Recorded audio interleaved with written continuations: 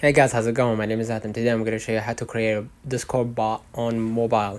So first of all, go ahead to your browser and select the or search for Discord developer portal, and then afterwards go ahead to the website and then create a new application and add your name right here on the application. Make sure that you agree to the terms and services and developer policy, and then click create.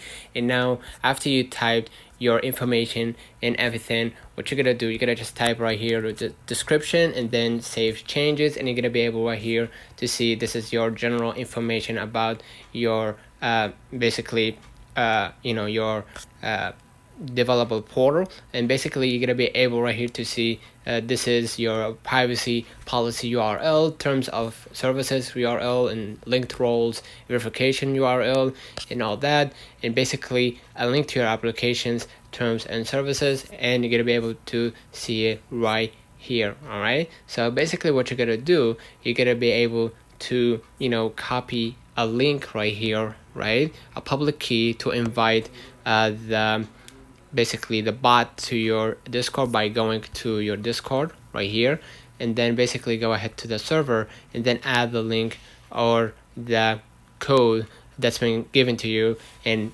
just post it right here.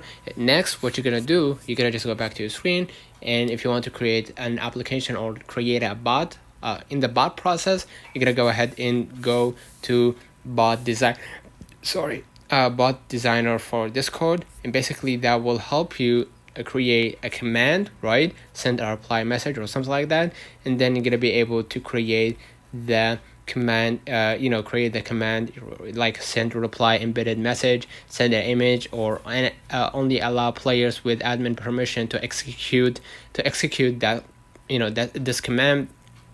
And then basically you're gonna be able right here to see this is your commands and everything and what it's for. And as you can see right here, a poll, for example, random emoji, or a banned message, and then you're gonna be able to save the command right here for a command trigger. So basically that's it. Let me know in the comments if this video helped you. Don't forget to like and subscribe. Thank you for watching.